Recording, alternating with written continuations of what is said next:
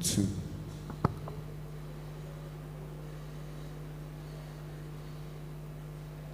level two.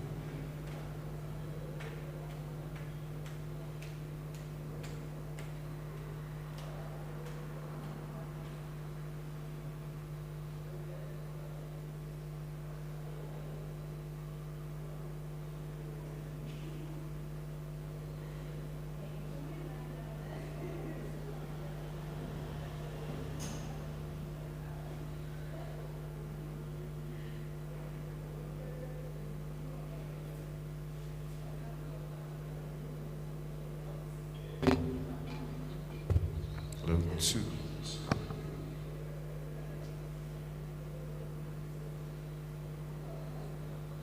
level two, level two.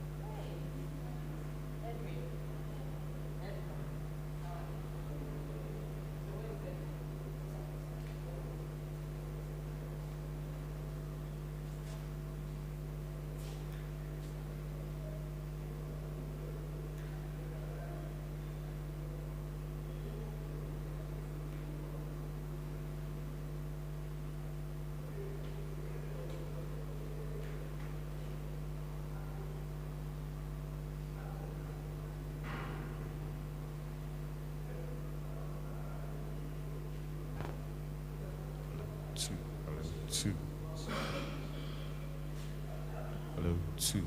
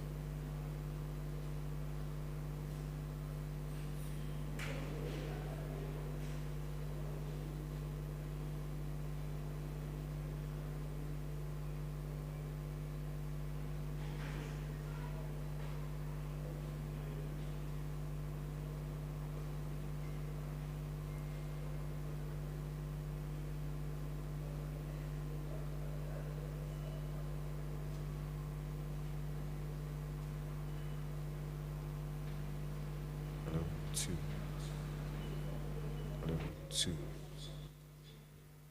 Hello, two. If you okay.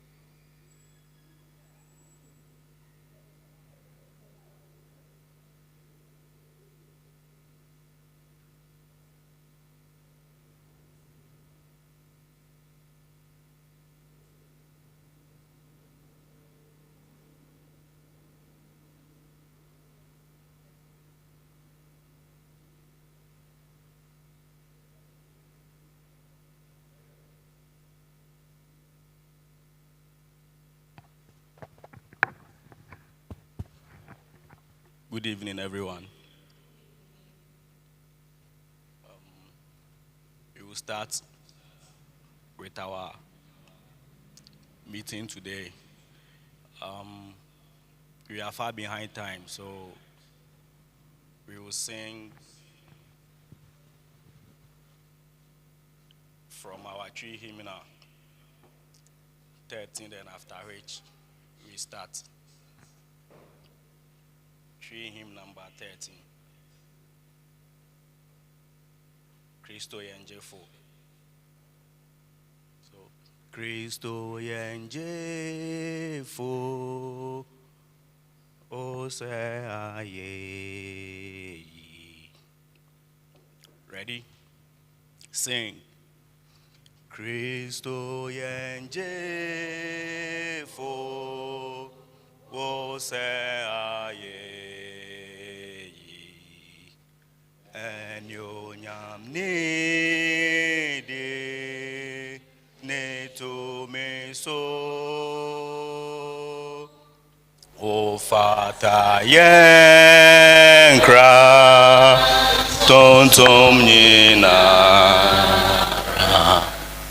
o fata yenra o fata pi o fata hunya shirane de o fata nyansa enyo nyamne to me o fata sronya sase sonase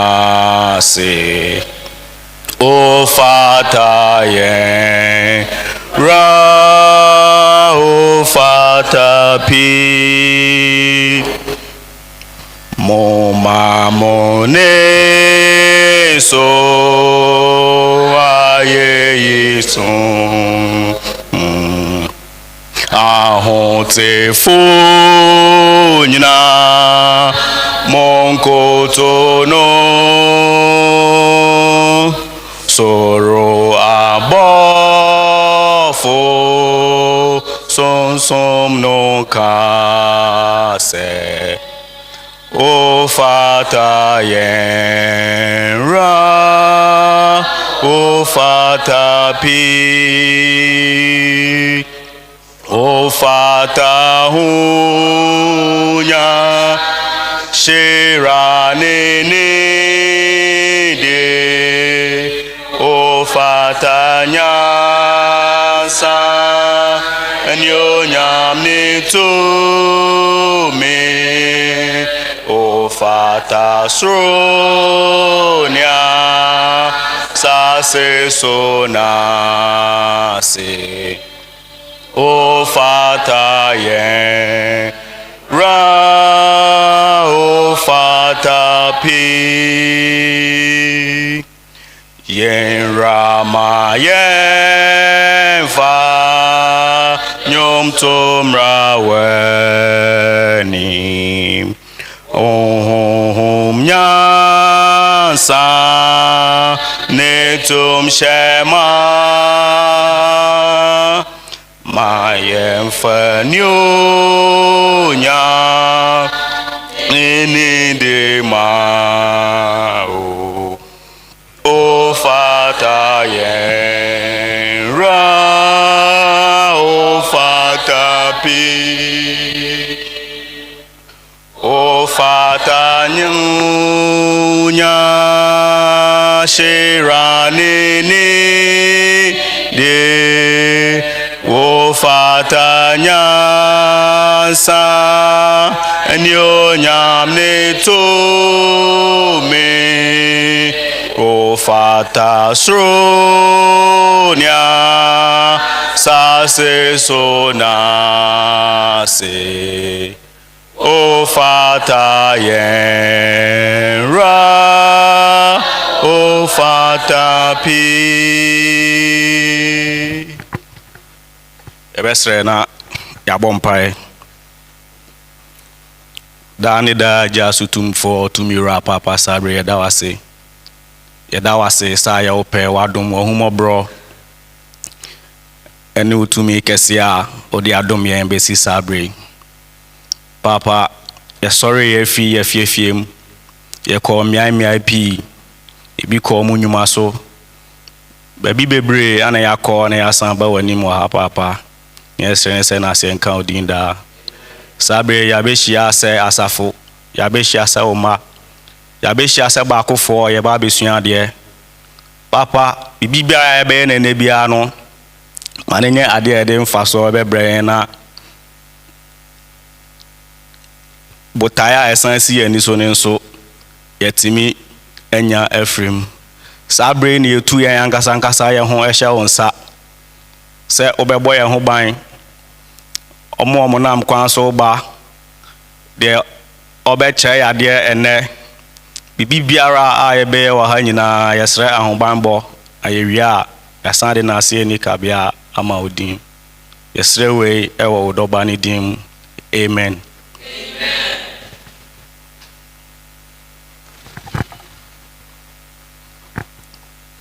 Without wasting my time,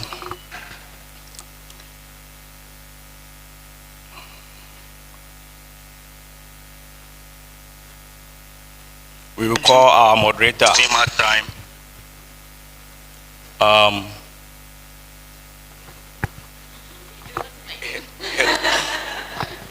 Hilda, yeah, so that she will start with us. Thank you very much. Good evening, everyone. We are all welcome again to this session. So we are doing Accelerate 2.0 for the month of July through to August. And last week we had a resource person here. And today we are just going to have a panel discussion on what I wish I knew at the beginning of my career. And so without wasting much time, it has become the norm. I'll call our panelists in no particular order. Our first panelist is Mrs. Joan Omabo.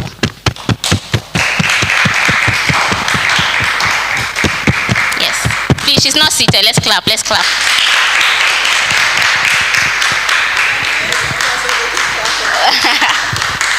Our second is, Engineer Amos Edu.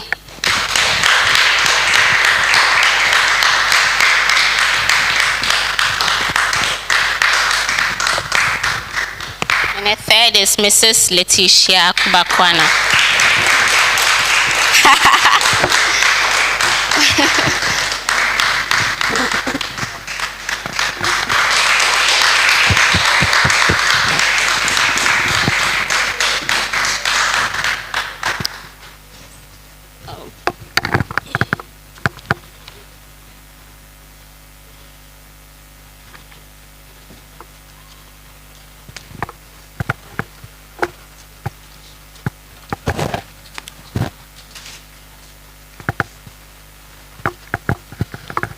So our fourth panel member is Engineer Frank Ajin, and he'll be with us shortly. So,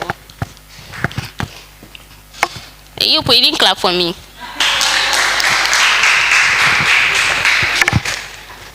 Okay, good evening to you all. It's a very packed panel, but we'll sail through. So we are talking about what we wish we knew at the beginning of our career. And for starters, I don't think all of us know what you do in your line of profession. So if you would let us know what you do, starting with Ramos. Okay. So I'm a trained civil engineer, and at the moment I am working with Eni Ghana. ENI, or Eni, is an Italian international company that is into oil and gas and energy resources. Over there, I am working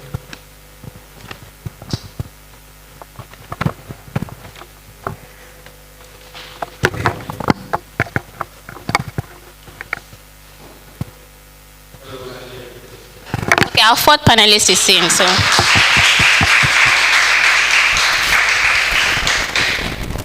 You're welcome.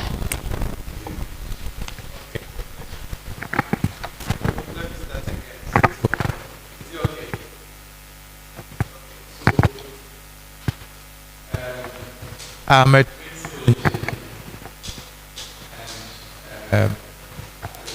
working with logistics.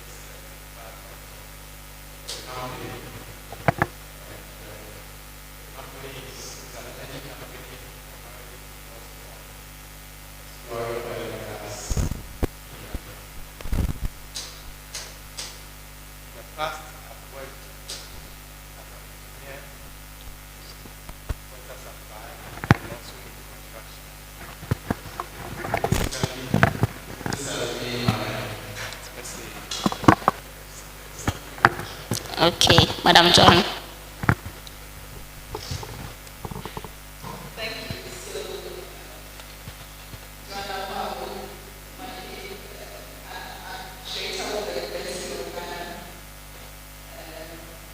No, University of Ghana already.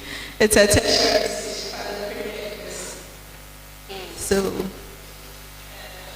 I work, when I started working, I've been there for about 8 years now, but prior to that I was teaching or lecturing, as some of you will prepare, with one Christian university, with one, then I moved to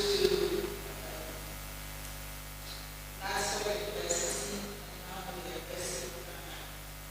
And with the University of Ghana, I've worked with the Public Affairs Directorate. I have also worked with the Vice Chancellor's Office and the Educational Advancement Directorate. So, primarily administrative. Okay, Madam Tisha. Right, thank you.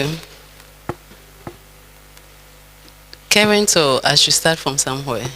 So currently, I manage a brokerage firm called Oak Insurance Brokers Limited as the managing director. But my career started as a teacher. I was in the classroom for 10 years. And I decided to leave the kids and go out there and explore.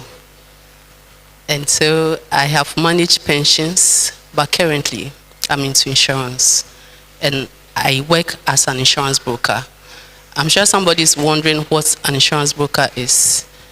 An insurance broker is an intermediary between the insured, that is you who wants the insurance, and the insurance company. So basically, that is what I do. I'm a betweener. Nice. But not for relationships. Oh, no, not for this one, professional betweener, Okay. not for. Okay. Engineer. Good evening to you once again. I'm Engineer Frank Ajin. I'm also an engineer, specialized in highway engineering. I started with the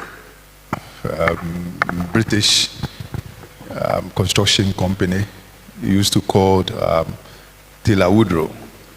Then later on, it was transformed into Tese Construction, because we were into mining as well as construction. And I worked with them for a couple of years, about 10 years. Then I moved on to join a consulting firm. There is an Australian consulting firm called SMEC. It's also a civil engineering consulting firm. We are more or less in road supervision and infrastructure. We've worked a lot in the East African regions, from South Sudan, Ethiopia, Tanzania, Rwanda, Uganda, and then we did some studies, some feasibility studies in the Zanzibar, or let's say Tanzania. Then I'm now back to Ghana, just for a while. I may be going back again. So for now, I'm the consultant on the Accra Tema motorway reconstruction project. You know, the motorway is being expanded into about 10 lanes. So I'm the supervising consultant there. So that's where I'm coming from now. I was from site. Maybe from here, I'll go back there before I go home. Thank you. Okay, thank you very much. Still on you, because you mentioned a lot of countries. I'll start with you. So looking back at your first years that you started work, did you experience any big surprises or any cultural shocks? You mentioned British, you mentioned Italian, you mentioned Rwanda. And how did you overcome them? The surprises, there were a lot. You know, when you come back, when you come from school as a graduate and you call yourself an engineer, you expect that when you start working, you begin to earn some good money. But it wasn't like that. But it takes patience, because what I realized is that engineering comes with a lot of experience. And you will be able to earn the good money when you have worked for a long time. Let's say from 10, 15 years going. Then if you don't have that patience, you might end up going out of the profession, because I could say my year, I think we were just about 18 in a class. And as I speak now, I think only 2 of us are practicing. One is in the US now, and I'm here. So the rest, they are doing something else, because the patients were not there. You know, when you come out from school, you expect something big. So I had that patience to be there. So that surprise, because if it doesn't give me that patience, I would have also left, maybe joined some banking firm. Because most of them, at that time, there was a lot of banking coming on, and most of our guys were going. And maybe I would have ended up as a banker. Or then I even wanted to join the security services. Yeah, I went for an interview with the Bureau of National Investigations. I was called up, but I didn't like it, because I still wanted to pursue the engineering. So somewhere I left, even though they were still pursuing, calling me to come, but I declined. So those are the initial stages. These are some of the surprises. Patience, Madam John. Challenges, surprises, and how did you overcome?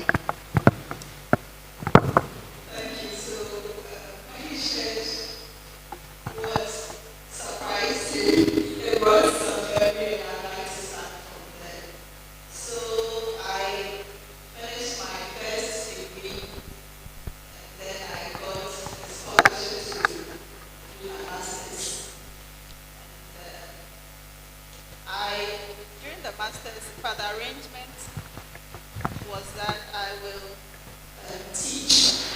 In fact, a lot of my colleagues who know me, and when I say I'm in the University of Ghana, they immediately jump to the conclusion that I'm teaching, but no. The plan was to teach, but it didn't work out some way, somehow. And here was I, a brilliant young student. I had finished with a good master's degree, and I wasn't getting a job.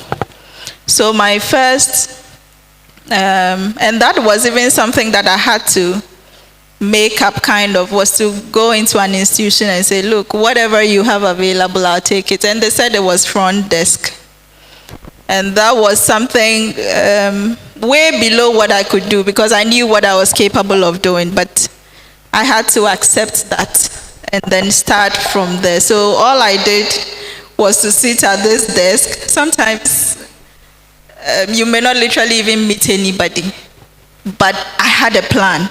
And so although I signed up to be at the front desk, it wasn't long they realized that I could do much more than that, and I was moved from there. Joining the University of Ghana as well, there was a perception out there that with the public institutions, it's a bit flexible. At the time, I was still having my children, so a bit of flexibility would have been helpful for me, because, I mean, you literally don't want to be killing yourself. You want to leave as well, though you wanted to also work. So I got the hint that University of Ghana was looking for assistant registrars. And then I think we'll have to be hitting this thing some more so that it can work. So I went through the process. It was quite laborious. I got the job, and apparently it was hell. literally. Because, like I said, I knew that for public institutions in Ghana, it was a bit flexible. I got to University of Ghana and I realized that it was not a joke at all. So for me, it was the work schedule and then how I started that actually was the big surprises to me. Of course, as a front desk person, I literally remember how much I was earning. At the time, I signed up for about 400 cedis. That was not even enough to take care of a national service person, but that was what I had to. And I don't want to go through the whole process of how I came out of it because I'm sure it will come up in the subsequent discussion. So I'll end here. Okay. Engineer Amos. Challenges, big surprises, and how you overcame them.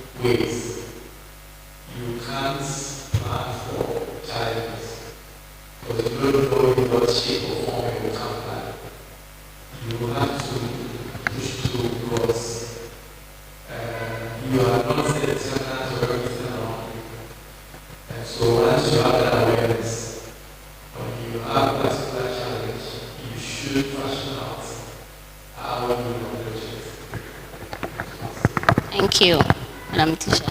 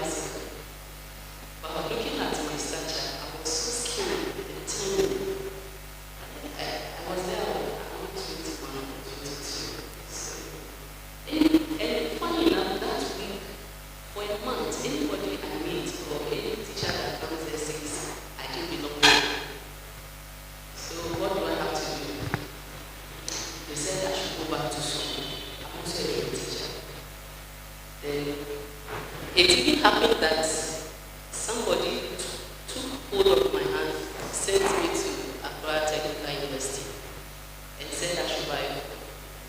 So I bought it from accountants, and that is how I veered from the education side into the corporate world. So I took advantage of the evening schools. And just from Accra Technical University, I had no degree at UPS. So for me, somebody, and honestly, I really didn't want to be a teacher, even though I have a passion. But they always say you use it as a stepping stone. But I later noticed that the teaching rather is higher calling, and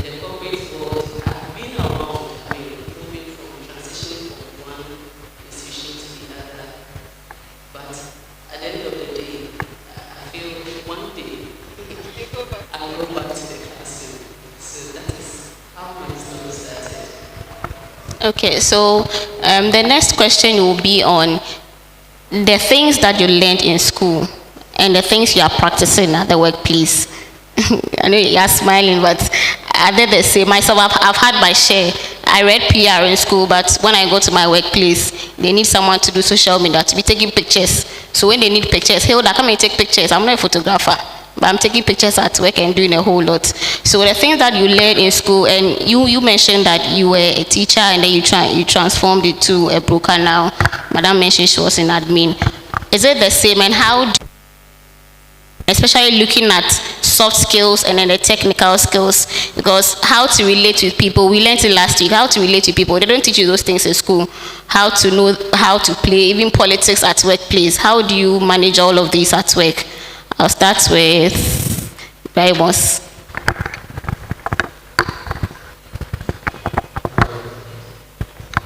So, what you find in your life is so different from what you taught in school.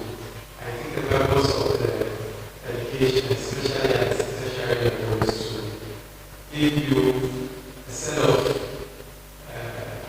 capabilities, a set of competences, and ability for you to think, and also to be able to do things on your own. And also to give you a certain level of resilience, because after going through several exams, schedules, timetables, it sort of touches you onto the real world.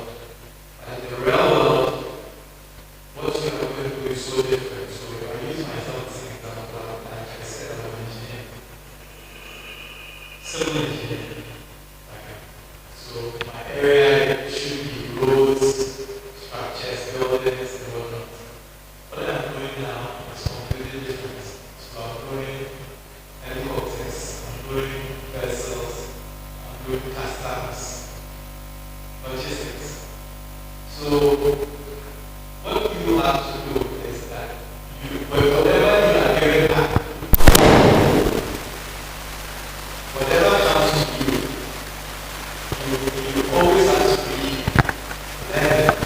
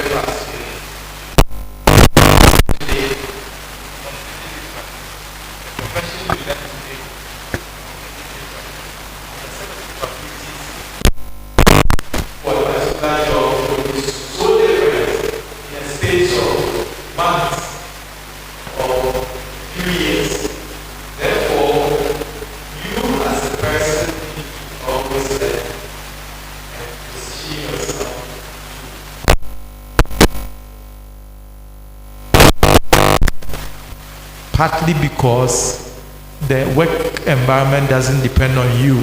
You don't set your own rules. The rules, you don't set your own rules. Therefore, you need to be easily adaptable to the situation you find yourself. I think that's Okay, Madam Letitia. Thank you. Indeed, you need a technical skill. I think it was something that I wish I had somebody, I wish I had a fora like this, that people would educate me on my career path. I think it was one thing that during our time, it was very difficult getting people to actually coach you, even in your choosing field. And so, as much as possible, because of that, I've dedicated myself to career counseling in my school, my alma mater, and every year we go there to teach the kids. And last year, one of my colleagues said something, and he said he's a technician in his field. He's in the health sector, and they fix this, their big machines and stuff. He said he learned that on YouTube. Truthfully, YouTube is a university on its own. And almost everybody here has a smartphone or something else. You need the soft skills, like Amos was saying, Engineer Amos was saying. For me, my space requires that for my soft skills, I have to acquire communication skill and confidence, which I never had. But then my mentors were books, so through books and then watching some few videos, I was able to build that skill. Everybody here needs a soft skill. And I also believe that as youth, I think things have changed a bit. We also need to volunteer a lot. In this age, if you call somebody to come and assist, they always want or expecting something. But we should set ourselves up to volunteer. Somebody is home for a year, 2 years, a young person, and technically doing nothing.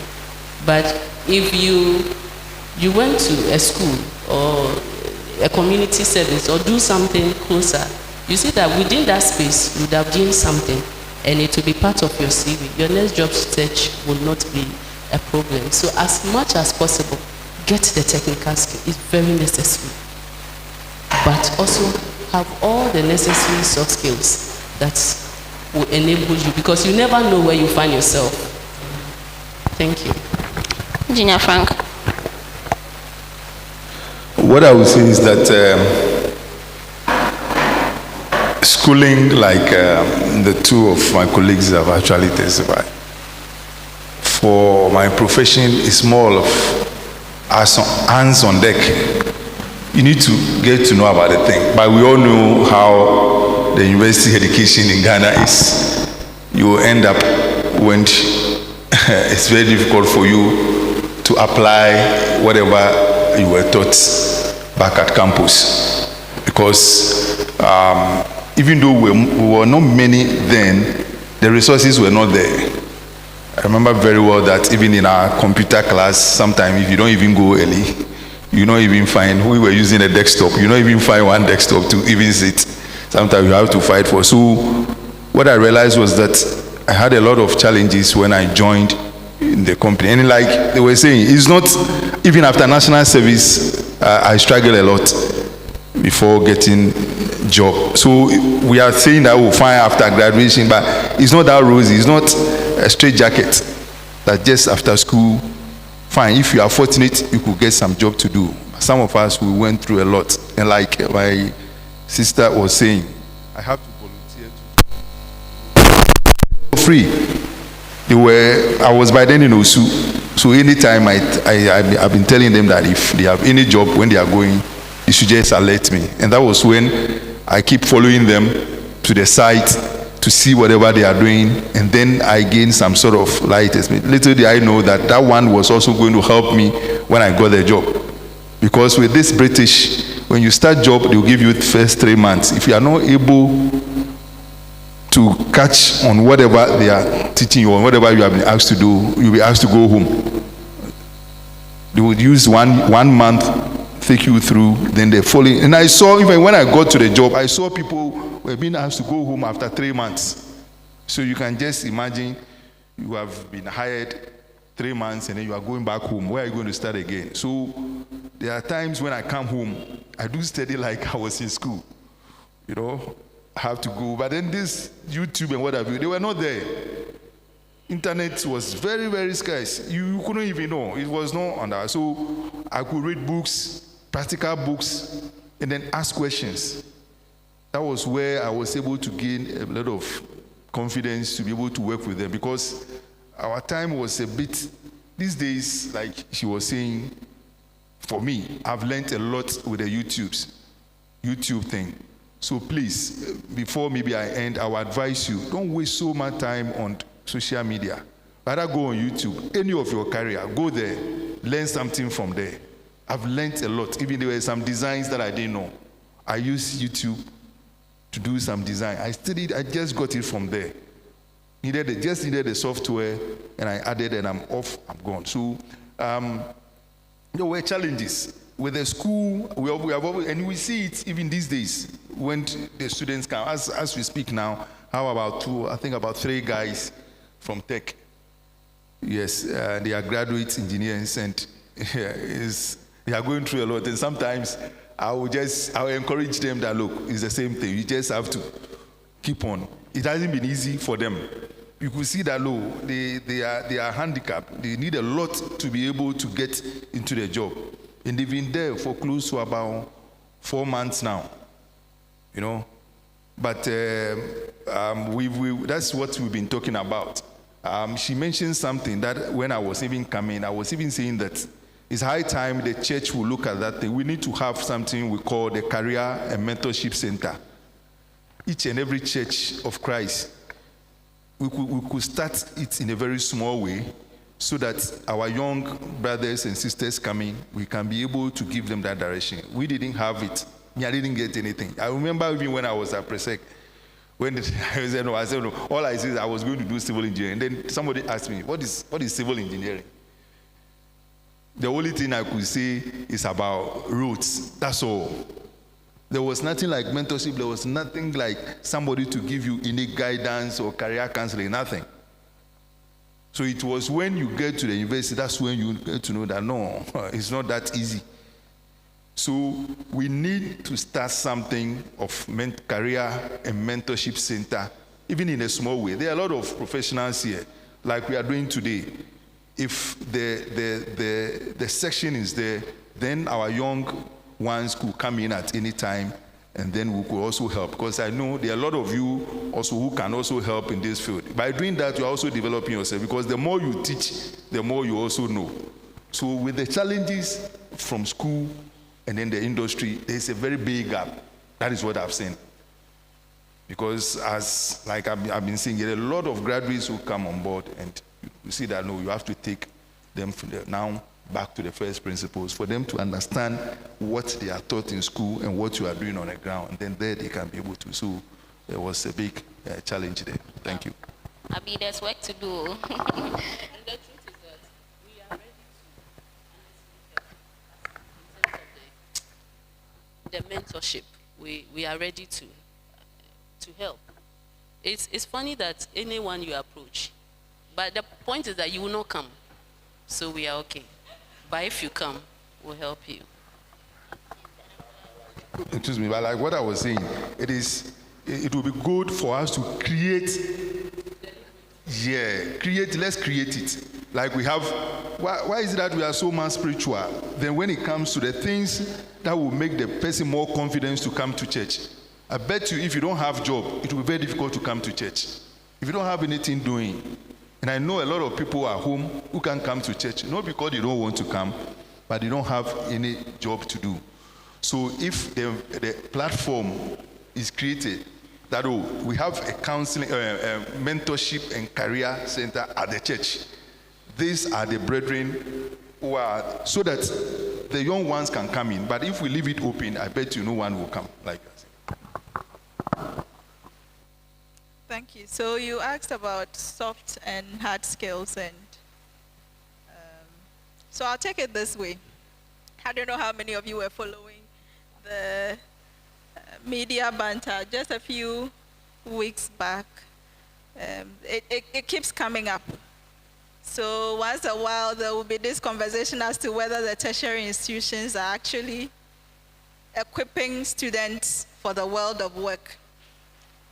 So I will speak as somebody from the university, and I'll also speak as somebody outside the university. So from the university's perspective, and as Amos alluded, the universities are supposed to train students cognitively so that they'll be able to fit into society. So of course, you may have chosen a particular course, and the anticipation is that you may have some basic or fundamental skills that can help you to deliver. So for instance, if you went to do, say, HR, you would expect that after completing your program, if you had the opportunity to become an HR manager or get a job in an HR, department, you would be able to excel. But it takes more than that. And also, the fact of the matter is that the curricula is not exhaustive. There is so much more out there And so there's a regular call for internships, for partnership with industry and all of that, just so that whatever curricula the universities are running on, they'll be able to enhance them to meet the job market. But that is for the university. So as an individual, what are you supposed to do? Because like it or not, after 4 years, you are done with your program. Or if you were with the technical universities, I think they do 3 years and you are done. If you went to vocational skills training school as well, in a few years' time, you are done. But what makes the difference is actually the soft skills. And that is where I'd like to throw a bit more light on for us to know. So if you cannot communicate, if you are not assertive, and if you don't position yourself to be able to attract opportunities, forget about it. You may be the best student, you may be the one that knows it all, you may have topped your class, you may be the one who has read extensively about the program, learned about it on YouTube, whatever. But it's a competition out there, and we need to be mindful about it and not take things for granted.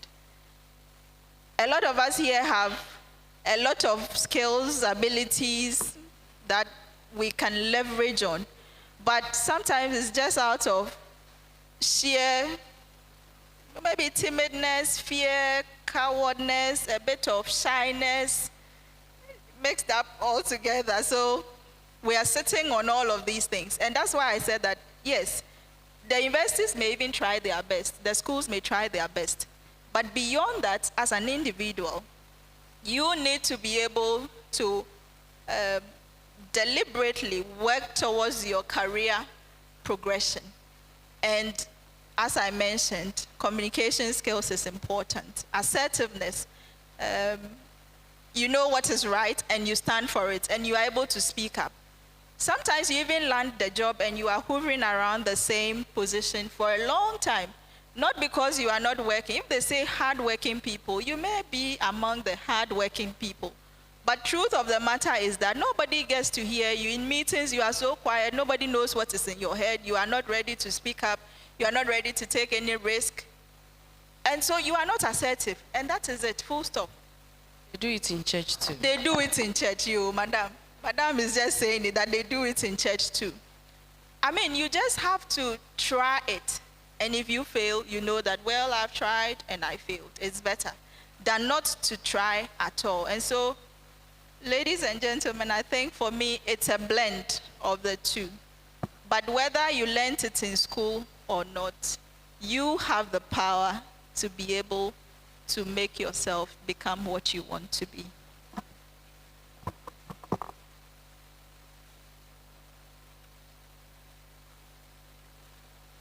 Is that, let me add one to you. These days it's about working, not working hard, but it's about working smartly. You can do whatever hard work, but if you don't work smartly, you'll be left behind. That is the order of the day. Yeah, so let's get these things in our mind so that once we are there or once we want something to do, make sure that you work and work smartly. Thank you. Okay, so now that I'm on the job and I'm working hard, working smartly and doing all of that, how do I discern the difference between building an ambition and then not being burnt out? So maybe my boss gives me work to do and I'm able to do it very well. So he sees that, okay, Hilda is very good, and so he or she keeps on piling the work on me. How do I discern the difference between, okay, maybe he's giving me more work so that I'll be able to build on my career, or maybe he just doesn't want to do the job, or he's seen that because I can do it, he's just giving it to me so that I don't burn out. How do I discern the difference? Madam Joanne. Thank you, Hilda. This is such a great question. So over the years, this is what I've experienced. The reward for hard work in a number of institutions in Ghana is more work. Listen carefully. The reward for hard work in a lot of institutions in Ghana is more work. And that is why you would have to be wise. The Bible admonishes us to be wise. And that's how come I said your question is very important. So I'll use myself as an example. Those who know me know me. If I'm doing it, I'm doing it. If I'm not, I won't even touch it at all. That is me. So I got into this university, and then, you know, you are given this task, you excel. In fact, even before the University of Ghana, I worked with another private organization. I started off, as I told you, as a front desk executive. First, I was moved to the quality assurance unit, and there we were dealing with NAB, accreditation issues and all of that. And I look back and I tell myself that my young Kwasi, because a job that should have been a consultancy, I was being paid peanuts. For lack of knowledge, continue. For lack of knowledge, My people perish. my people perish. So being wise means you need to know what you are about. Otherwise, you'll be all over the place doing everything.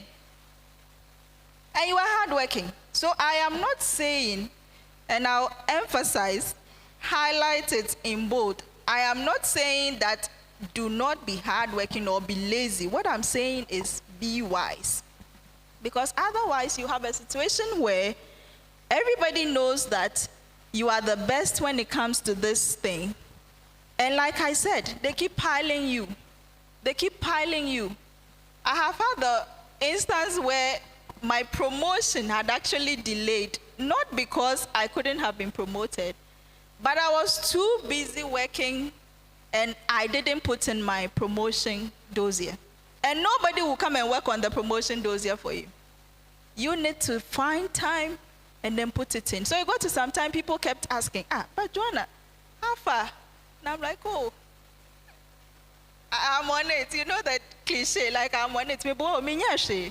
Means not simple intro, and it involved a lot of work where I needed time to do it.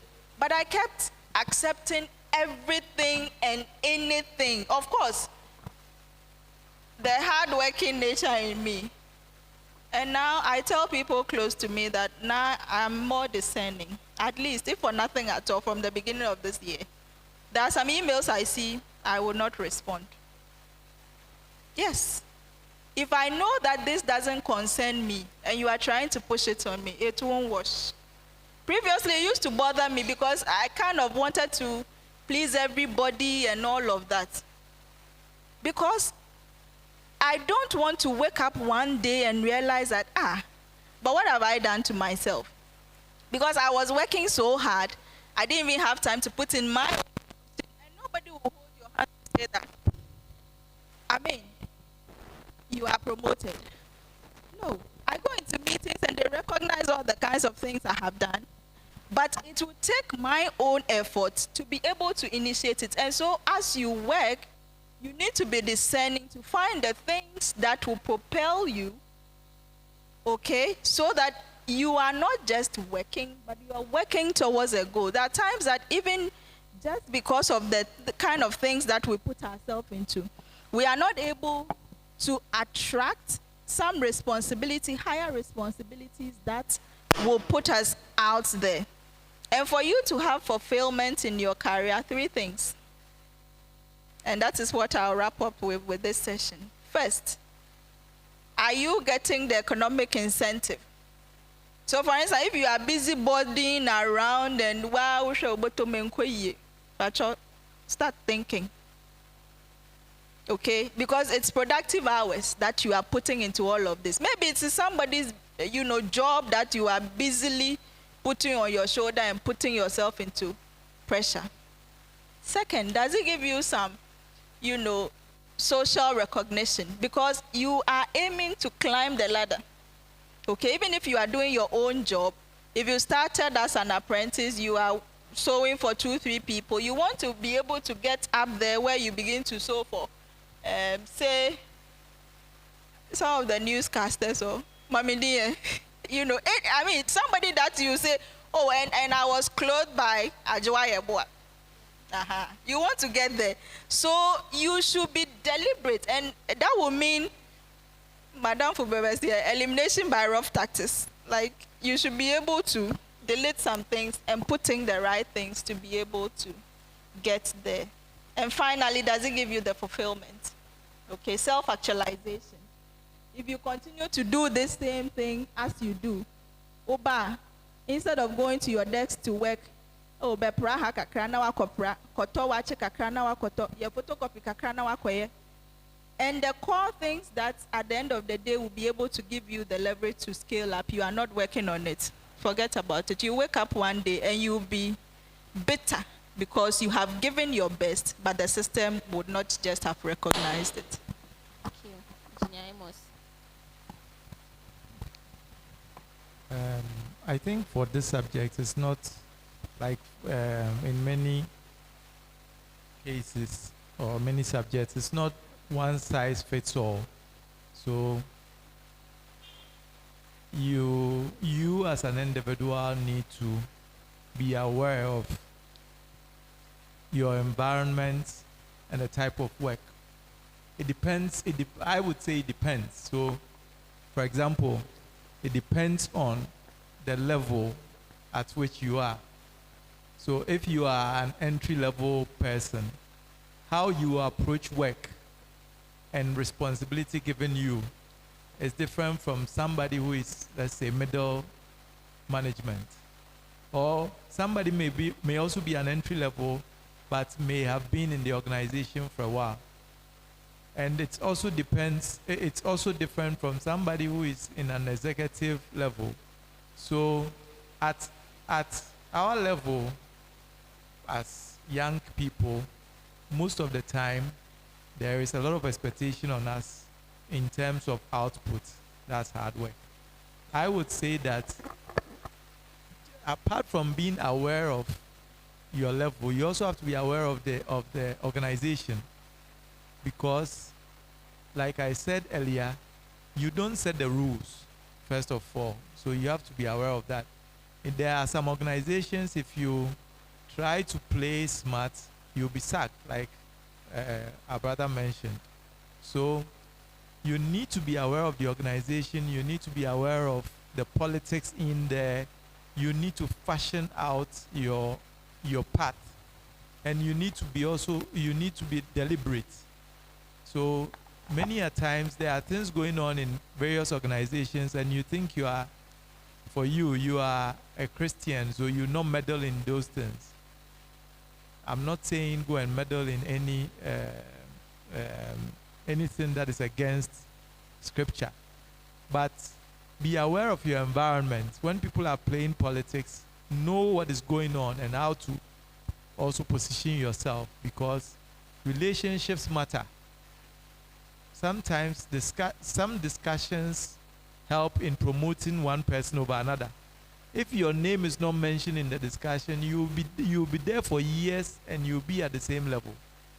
So you need to be aware of whatever is happening in the organization, and you need to also position yourself. And hard work that will not kill you.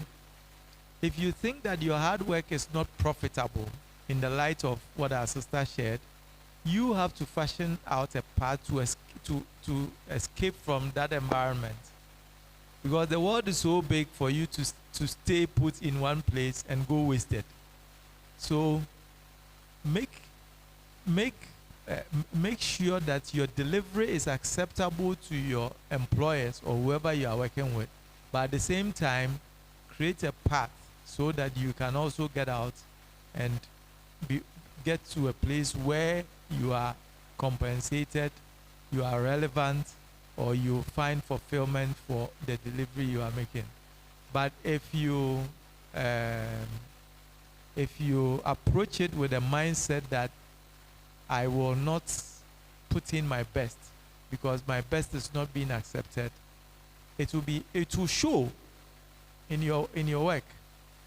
Trust me, if you have subordinates and they are not working well, you will see who is working and who is not working well. And if your organization is such that there comes a time that people have to go, you will be sacrificed. So I think that's what.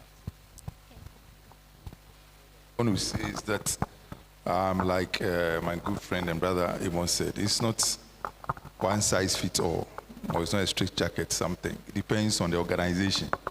I remember when I joined this British Taylor Woodrow, my boss used to give me a lot of work to do. And what I did was that I could even finish mine and then go for his and do it.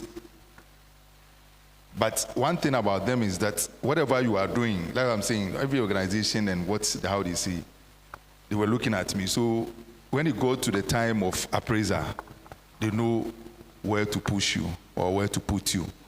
So it depends. Me, for instance, when these young guys or when these young engineers come, I give them a lot of work because of where I was coming from.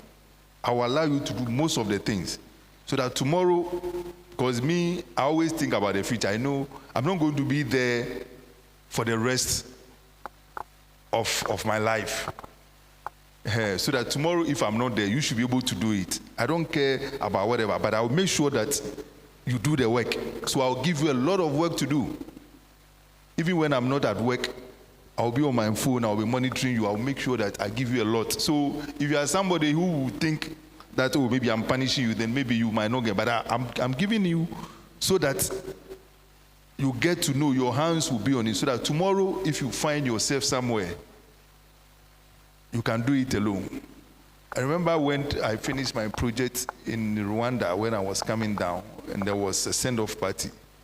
Most of the people in my department, some of them were saying that was the first time they've had opportunity where a session engineer comes and they give them that latitude to work on their own. Because I'll make sure that within the first 3 to 6 months, I will teach you. Then, from there, that one, you will not sleep. I'll give you a lot of things to do. And it makes even my work easy, especially when I'm doing my monthly report, because I always prepare some spreadsheets that will be giving me the information. I will just be entering and then I'll go. Otherwise, when you get to a certain level, you also that, because if you are not very careful, you'll be stressed up. If you think that, oh, by giving it out, maybe it's like you are punishing the person. No. But let the person know that, look, you are giving this thing to him, than this. But again, like she was saying, if it happens that go and buy this one, there was a time, there was this, I listened to, was it a seminar or something? This national service personnel were complaining that instead of the training now, they have become wachi buyers and all that stuff. For that one, is not good.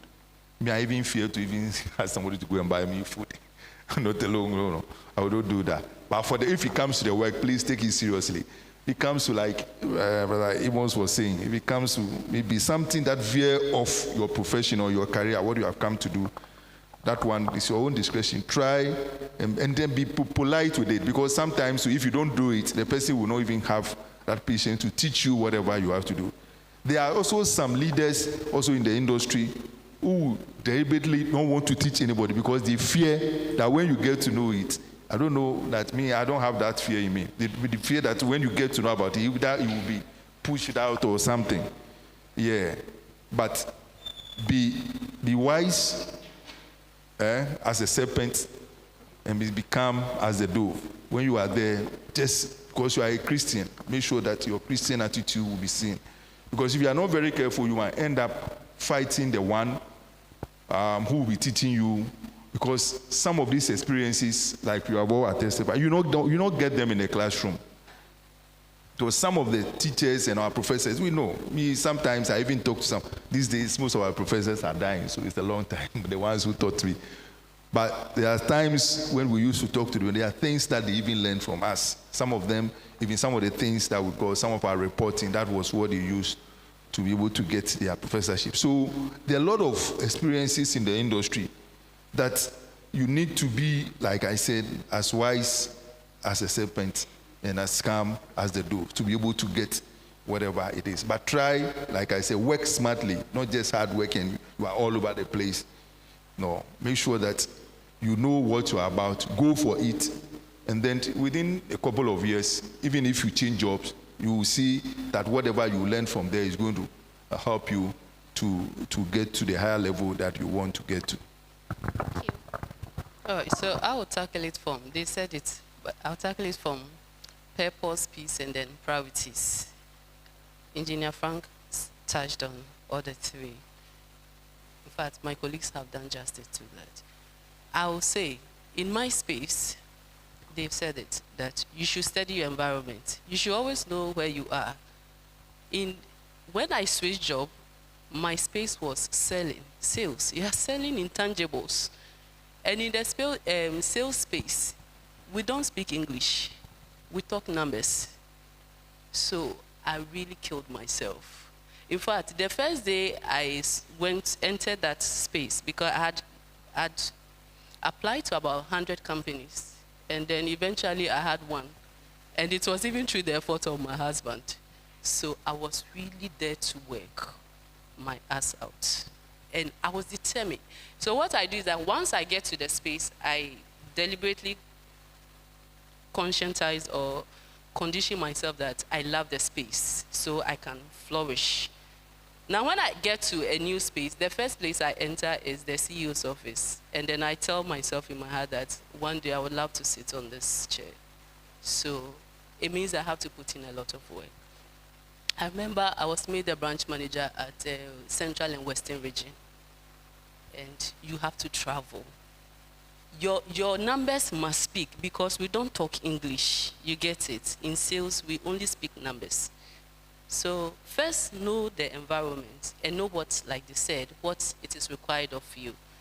And once you have an ambition, it helps you to learn. It helps you to forecast, and then it also helps you to grow.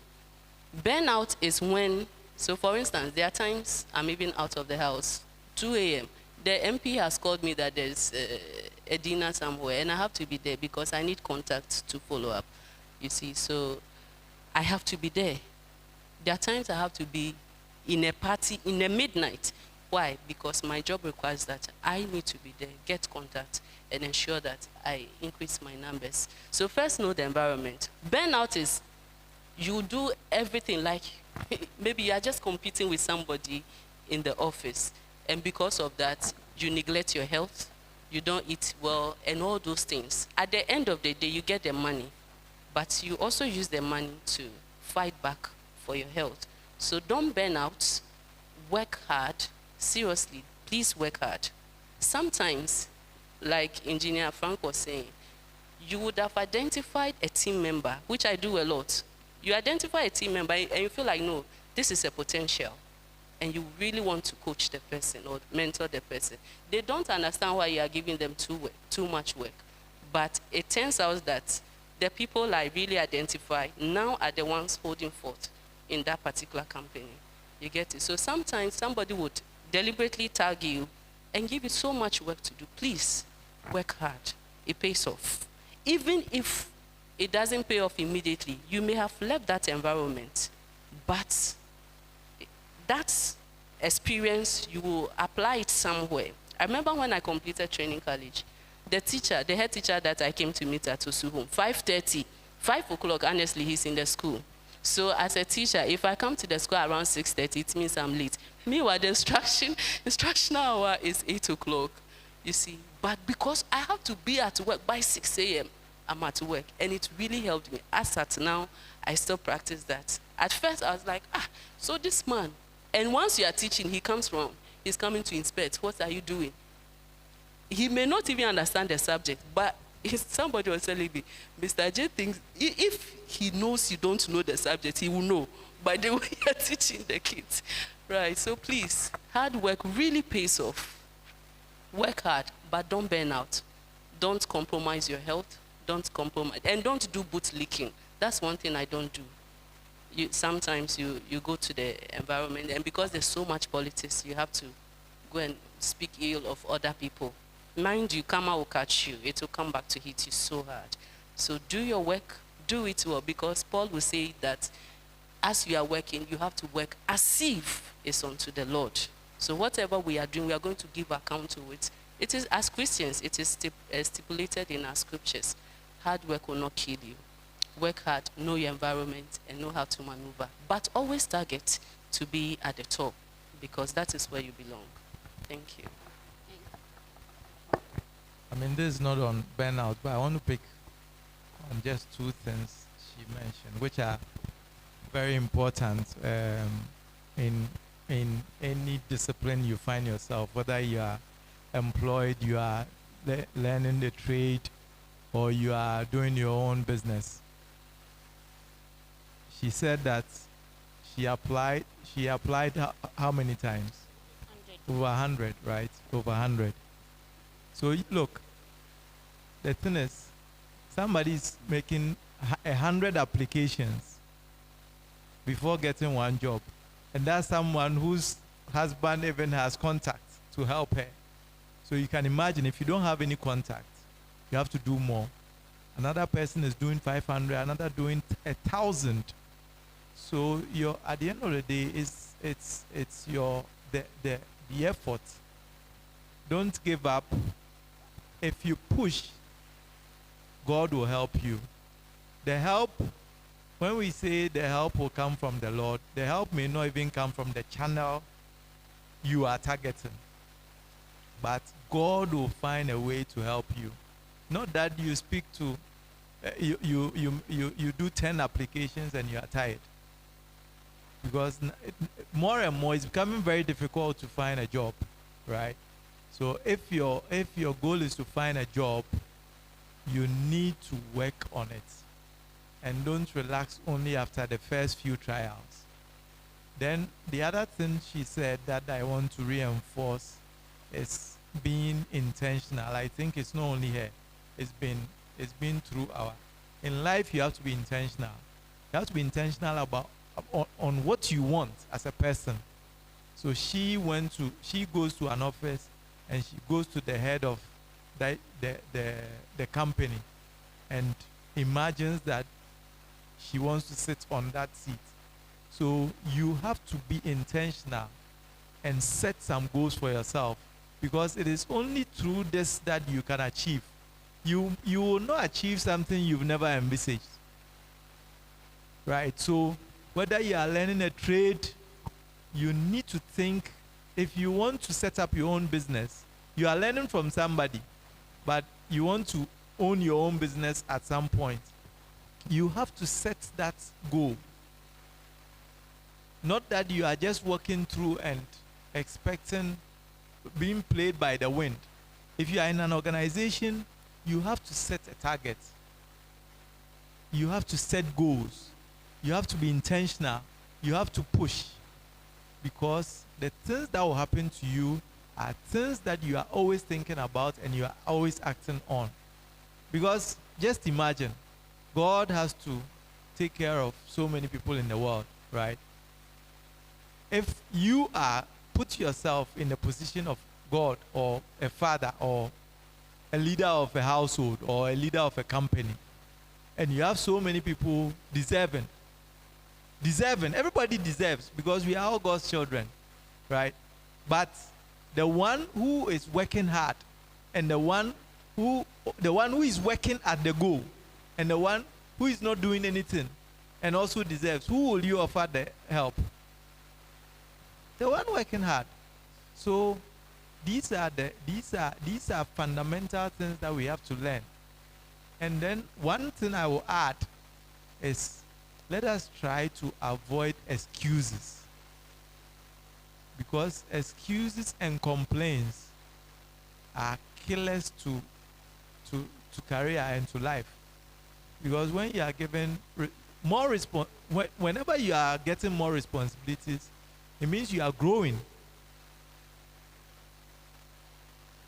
Children, you don't give children some certain task.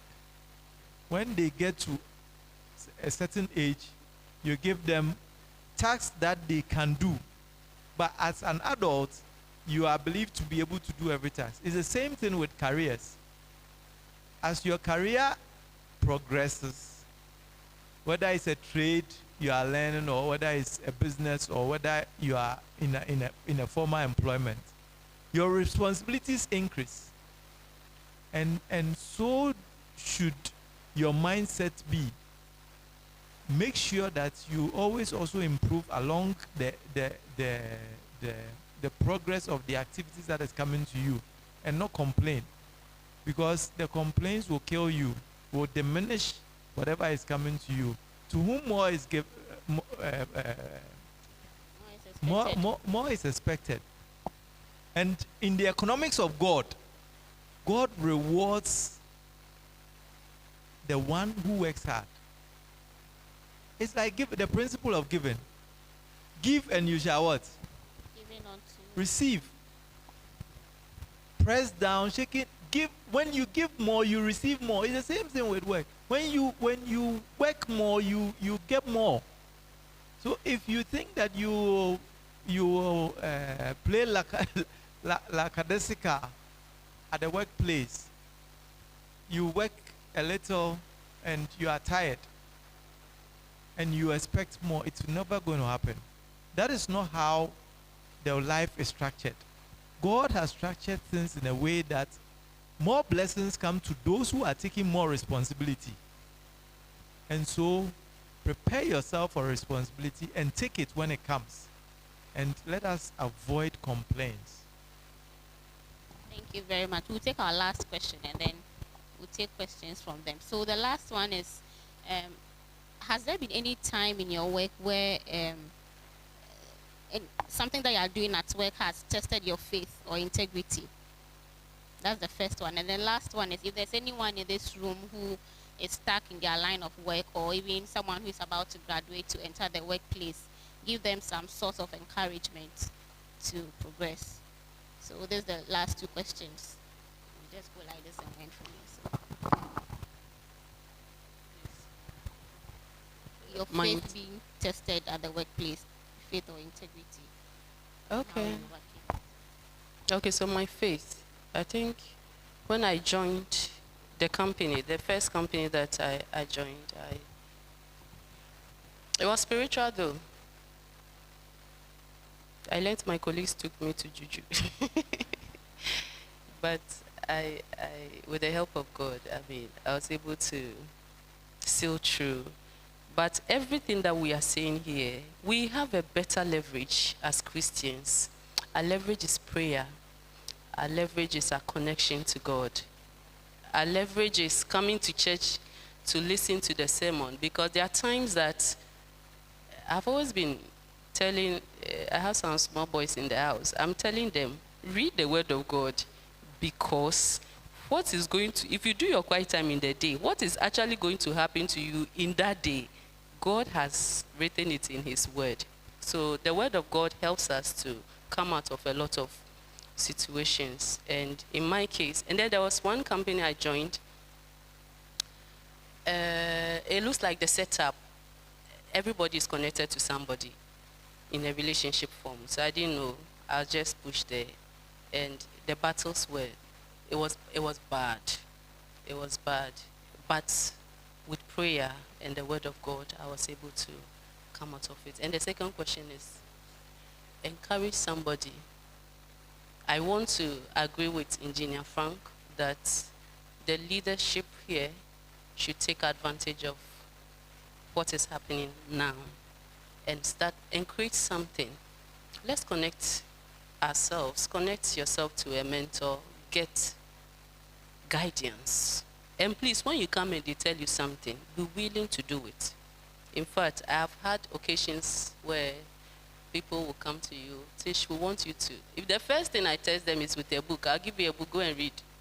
They will never come again. When you come, you need help. I think that we've all not outgrown help, regardless of your level of your work you are doing, your level. You always need somebody, because somebody has already been there. So always seek help, and it is readily available. Yeah, that is what I'll just say. And please keep learning. Let's learn and be confident. and be able to communicate. Take roles in the church. Yes, please do. Because as you come here and you move down, up and down, it builds your confidence. And all these things, like the soft skills we spoke about, will come together to work for your good.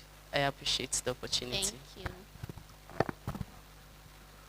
All right. So something that has challenged my faith. All right. So a number of them, but I would share this one. We're planning for an event, and as part of standard protocol, if we go seek for sponsorship, the sponsorship has to be paid directly into the investee's account. And there was this big man. If I mention the name, you would know. So I won't mention. We were successful in getting him to agree to the sponsorship. For some reason, this man would not just take the account number and go and pay this thing into the bank account, and kept calling. We had to meet. I quickly sensed that there was some strings attached. Then at a point he said, well, if I'm not comfortable with the meeting, he could actually send some people over to my office to bring the cash. And I said no. But here was I was actually broke. I needed money. And once the money got to me, I mean, as to what I sent to the investee's account, nobody would know anyway. But I mean, for me, my conscience is my guide.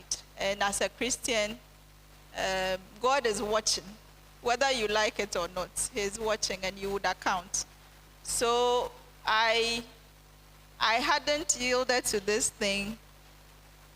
Eventually, somehow, he managed to pay into the account because it looked threatened. And that was a major sponsor that we had to pull off that event. And he was trying to play all these tricks. So I could have just said, well, for the sake of the organization and the fact that we were tight cash-wise, we would have. And sometimes those are the little compromises that sometimes we do. Oh, and yes, kakra. By the time you say Jack, you have plunged yourself into something very terrible that you cannot come out of it.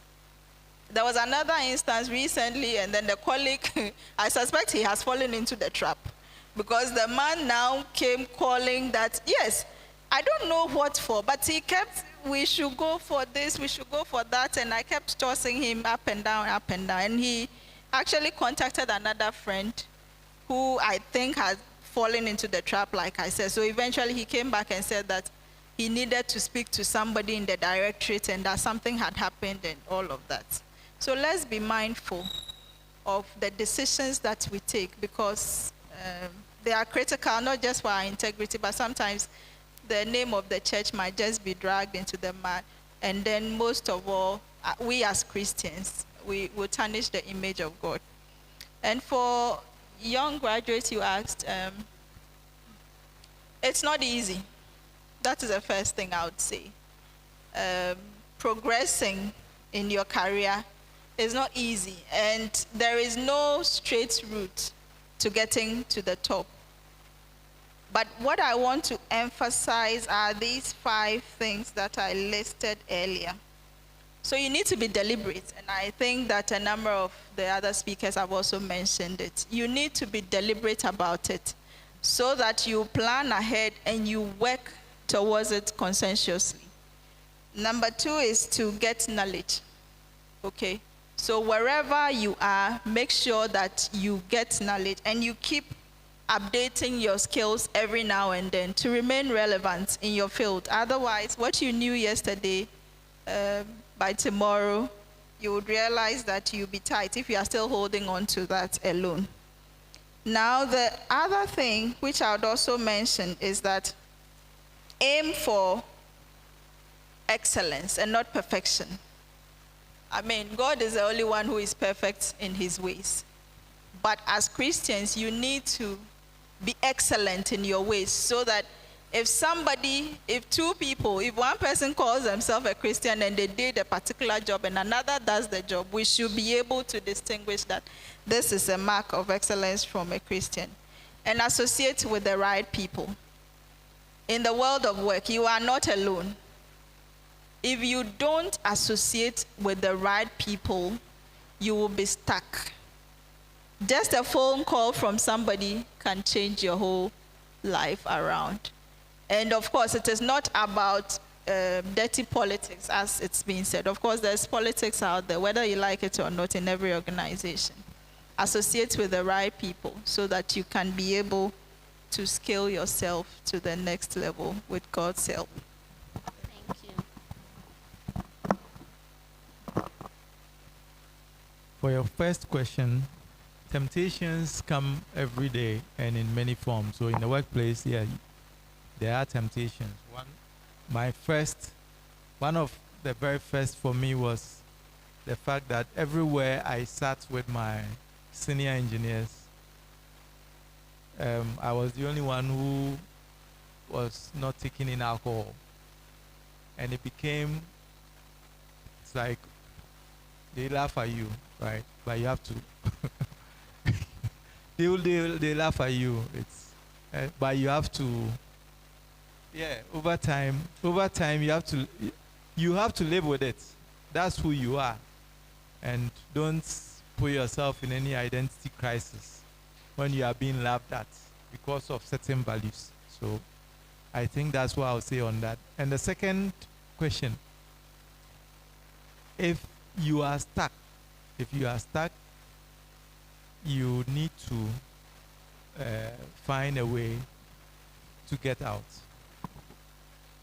So first of all, you need to evaluate the situation. Why are you stuck? Are you stuck because of yourself? Because you may be the reason why you are stuck in a particular workplace, in a particular employment, or in a particular setting. You may be the reason. Probably you've not improved over time.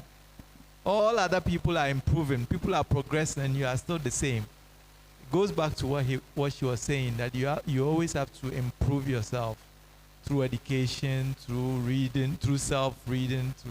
So you have to ask yourself whether you are the reason. If you aren't the reason, it's external, you have to ask yourself how you will be able to get out of being stuck. And you can get out within and also without. Within the same environment, you may be able to progress from where you are. Look for opportunities within the organization. Look for other things to do within the setting. Or you can move out of that environment. But it's all a matter of planning, patience, diligence, and doing things in the right time and in the right order. Don't quit your job just because you are tired or you feel stuck. Because if you are like me means the background I'm coming from, where you have no reliance on anybody. If you quit your job, nobody will give you. If you come to the church cannot finance you because you have quit your job. If you go to I don't have anybody to go to, so I will not quit my job, and I expect you not to do so. Stay in and scheme, plan to get out. Out means within the organization or even outside of the organization. It could take time. Sometimes planning could take a year, 2 years, 5 years. In some situations could even take 10 years. But if you are diligent and persistent, it will come to pass. The right thing will come to you. So that's what I would say. Don't be in a hurry to move. I did that, and it was very serious for me. I shared the experience. I jumped out of a boat. I was very comfortable, jumped out, and I landed in a deep sea, and I really struggled in about 6 to 7 years. Trust me, it wasn't easy. But God being so good, He was able to take me out. But you never know. So before you jump out of a trade or an employment, make sure that you have secured where you are going. That's what I would say. All right. With that of integrity, with the kind of work I do, is a lot. Especially when you are supervising contractors, and you know contractors comes with a lot of money. Sometimes when they mention an amount of money on a project, you may think that all the money is being given to a contractor at a go. It doesn't work like that. Whilst you are working, it has to be measured and it has to be paid. So there are a lot of times contractors who come by, like, you know, you have to think about where you come from and who you are. Because a lot of people actually gone into this and they've landed themselves into serious issues. Because as a consultant, it is your report, especially when it comes to government projects or even World Bank projects, African Development Bank projects, it's your reports that they work with. And they deal a lot with integrity. If you think that, you just approve anything, any amount of money for a contractor to go on his way, I'm telling you, today you make the money, but tomorrow you have to pay it, say, from your nose. Maybe you end up in the prisons. So, especially with the kind of crop of contractors here, especially in Ghana, that we have these days, most of our contractors are mostly local contractors. And because if they do the right work, or if you insist on right work, it means whatever they have priced for, they will end up losing. So most of them will want to cut corners. So they will want to come to you with all sort of money. But we have tried as much as possible to go away and make sure that they do the right thing, so that at least you can go home and sleep well. Because if you take anything today, tomorrow, you will not sleep where you were supposed to sleep. So these are some of the things that it's not only here, especially within the African countries, but here in Ghana, it's a lot. So if you're a young engineer coming and you want to be a consultant, then prepare that. These are some of the things that will come on your way. But you have to, like I say, be very sure and know where you are coming from. Yeah, so that you can be able to always walk with your head high. And then to the advice, just some few years ago, some of us were like you. And I've been telling my good friend and brother Clement, we used to meet this way, even though it was not this structure. But when we come, we don't even spread this way. We are on this side alone. And we could do our programs. We started, when we joined the youth, we normally do it on Tuesdays. Then later on, we had issues with the Women Fellowship. They were by then also meeting on Tuesdays. And you know, the youth, as loud as we are, when we come, they claim we disturb them a lot. So there was this issue that has to go, this is just by the way, to the leadership to settle.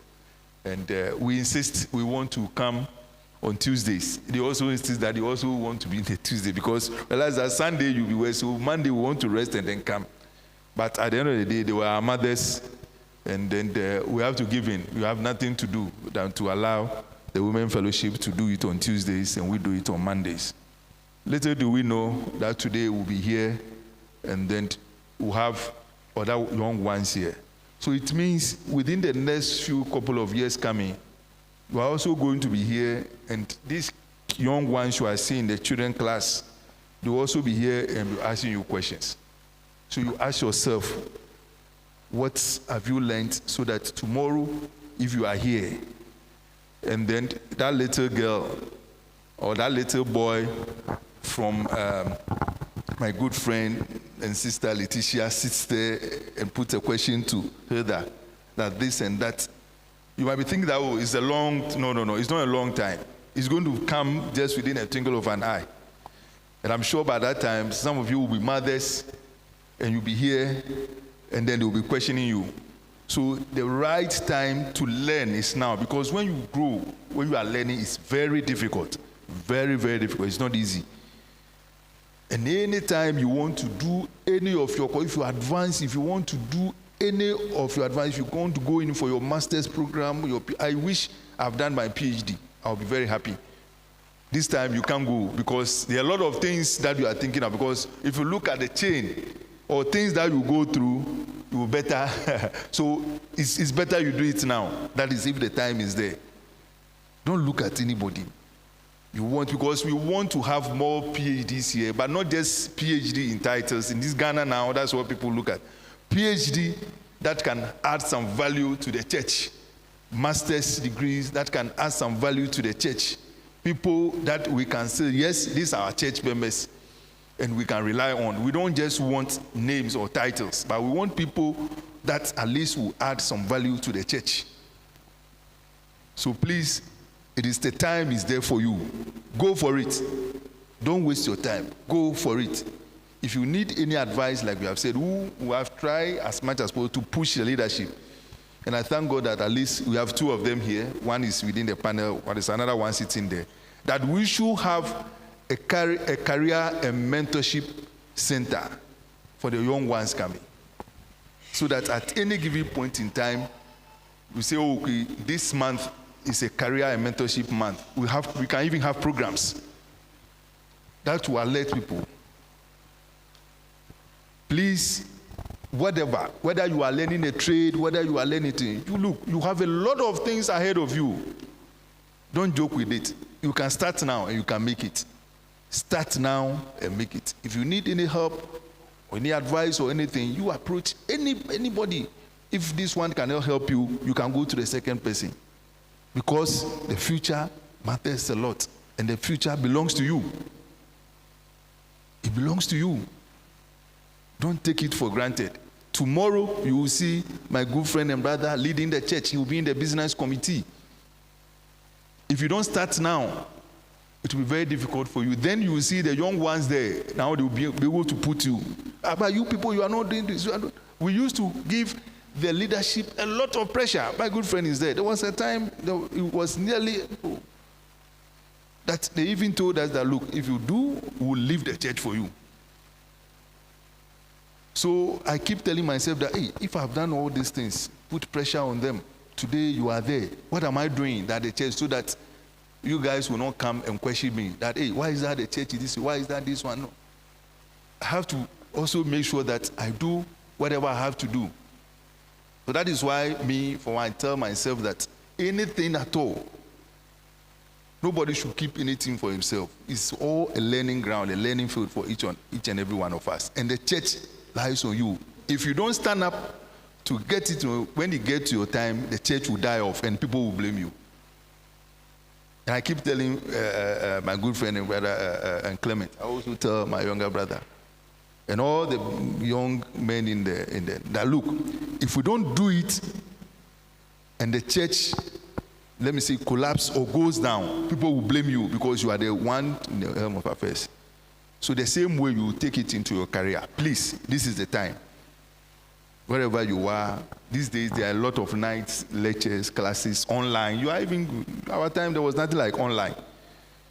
You can rope into anything. It's not necessarily maybe a master's program or period. They are short courses. For me, my career, within a year, you have to achieve a certain what we call CPD. So I'm always looking for short courses. Because if I don't achieve that one, I will not be able to get my license for the year. You see, where that one will end up not even helping you to practice somewhere. Then again, don't be afraid. If you're a young graduate, don't be afraid to look or to apply for these international jobs. Can be World Bank. They are there. World Bank, African Development Bank, UN, UG, they are there online. There's a lot of them there. Don't be afraid. And they are willing to get the young people. Don't say that, oh, no, these jobs. No. I've met a lot of Ethiopians. And sometimes when I question that, but how come you are a lot in the World Bank and the UN? They say, oh, but we apply, the job is there. I realize that, yes, it's just that we don't do it here. We always want to be, but take that one. That's a lot of exposure, especially the international jobs. You get a lot of exposure. When you come down, you can express a lot of experiences and all. So please, try and apply. See, my sister said they apply for how many jobs? 100. Maybe they were all locally jobs, right? Yes, they are. Yeah, for all you know, maybe if he had put in maybe one international job, but maybe Clement will not allow. Yeah, because it means he has to be taken from here to South Sudan or even Ethiopia or whatever. You don't know or Afghanistan. So, but try. It's good. We want to have such people here. You go and come. You go. When you go out, you come back. You come and share some sort of experiences with us. All right. Thank God you bless very you. much. I agree 100% with what Engineer Frank said. And not just the international jobs. Please, we beg you, enter into politics too. I'm sure on Sundays you've been watching what happens at the church opposite us. We need leaders. Let's rise to the occasion. Enter into leadership positions.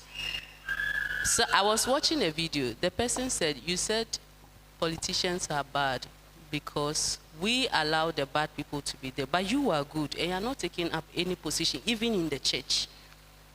But please, I also would want to appeal. So then one thing I have done is that anytime I change my profession, I find out, because I always want to be at the top, I always would ask, what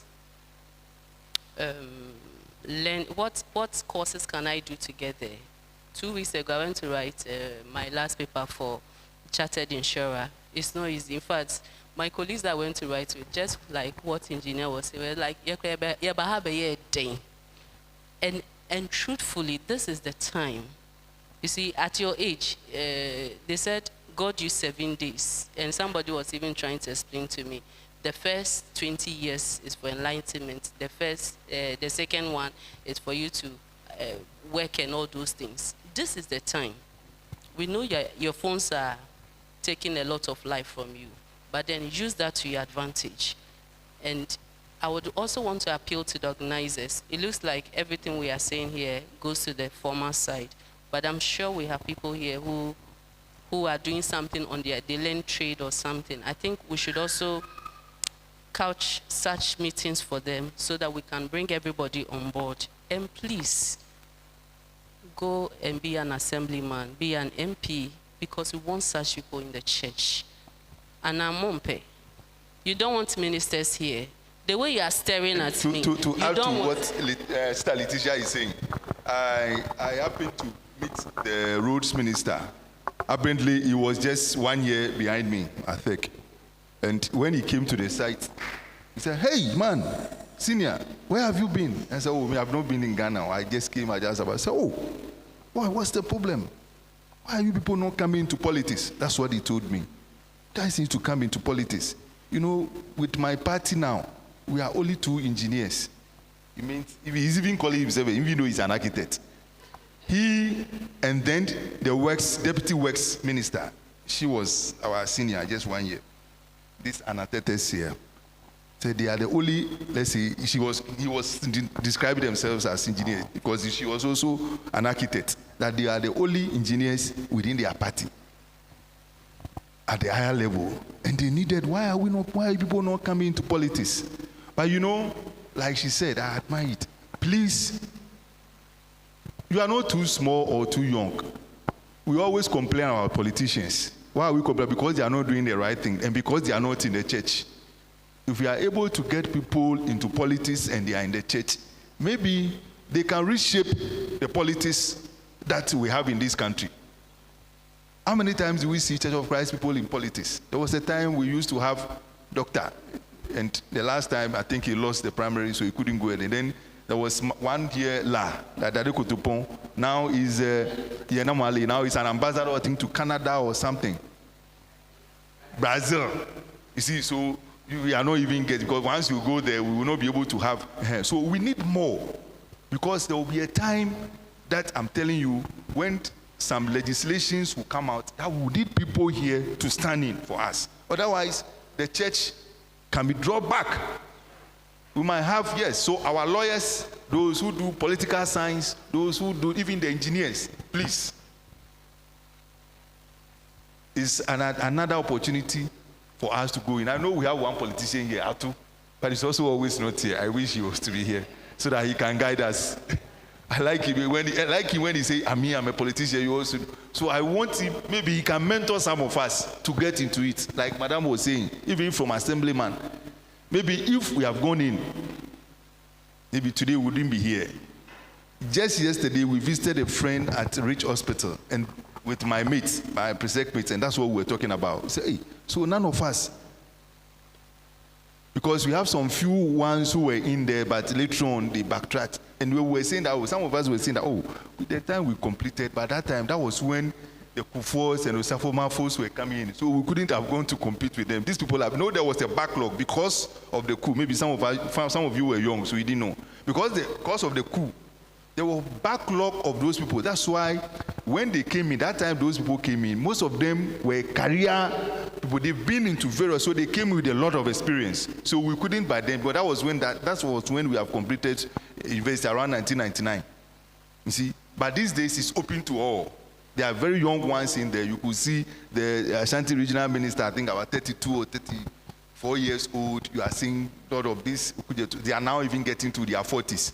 So it means you can also do it. So please, if you want to do it, if you need any help, some of you, even though we are not, we know some politicians, we can direct you to them for them to mentor you. They might need some assistance. You can just be, what do you call it? You call it something. Yeah, personal assistant. Gradually, then you can also get somewhere. Then you will also come back to the church to support. Yeah. Thank you. It will always come back to the church because sometimes we do prayer and fasting. If we have one person amongst us who is in this space that engineer is mentioning, you notice that you need a job, right? And this person will link you up. That is why you have to enter that space. Please, as you go back to your beds, let your pillow speak to you. And remember this voice, that we need such people in our midst, just to change certain things. Because God will help us, but he will help us through men. And if we are not taking up that responsibility, then I'm sure on Sundays you've been watching the police officers who come to stand here. They are guarding a minister. And because we don't have some here, we don't have police officers here. We want to have police officers here. Thank you very much. Thank you very much. A round of applause for the panel. This has been very insightful, right? I think we need a part 2. And so thank you all for coming, and thank you to our panel members. This has been very insightful. I've learned a lot myself, and I know we've all learned. Do we have questions, please? I know time is fast spent.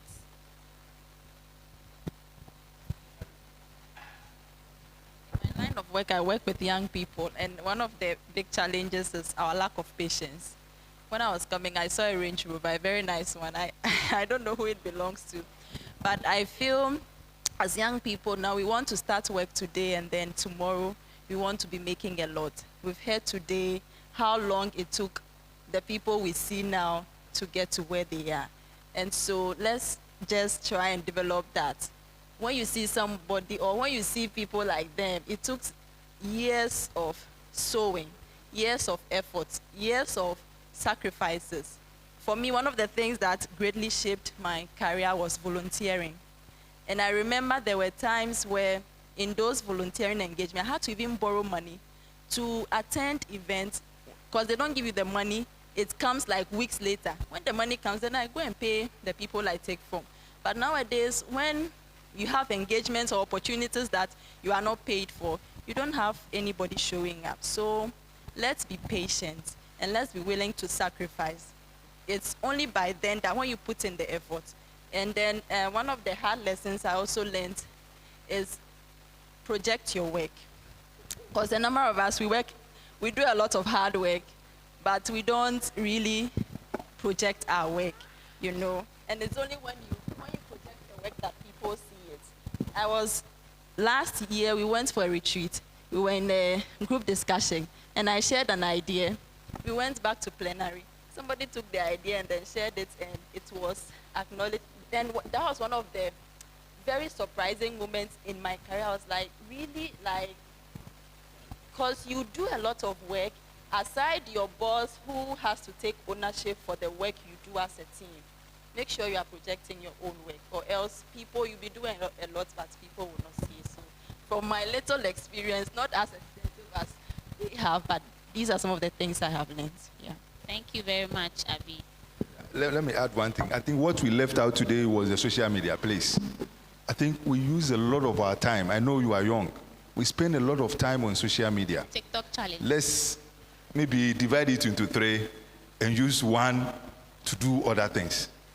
Because when you spend most of your time on social media, it takes you away from a lot of things that you can do to upgrade or to get somewhere.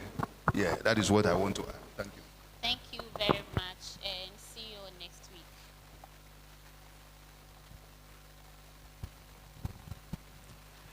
We say a very big thank you to our big brothers and our beautiful sisters. Today, we are still here because of we didn't come early. If you look at the time, yeah.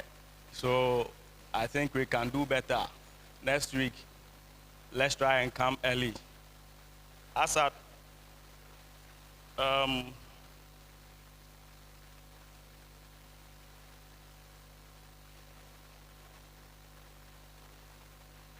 as at the time we were starting, if you check the pews over here, you can count by your eyes.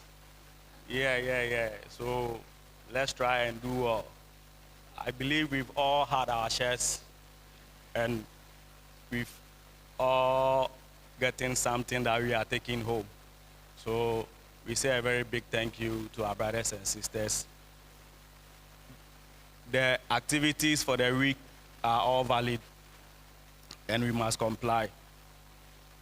Today, our attendance, male 18, female 16. We have 1 child and online 4. So in total, we are 39.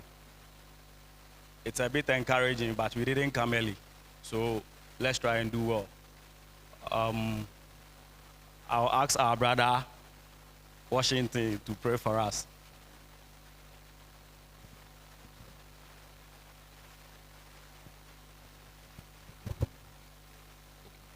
Let us pray. Our God in heaven, we thank you once again. We give you praise, we give you adoration. Father, we thank you for how far you've brought us. Father, we thank you for such an impactful discussion and seminar we've had. Father, anything we've shared here, may we do it according to your will. And whenever we find ourselves in our workplace and wherever we find ourselves, we pray that your spirit will guide us and your path will be our guide. Father, as we are departing here, we pray that you take us home safely. And when we see the morning sun, we'll give praise and adoration to you. These are many other blessings we ask through your son's name. Amen.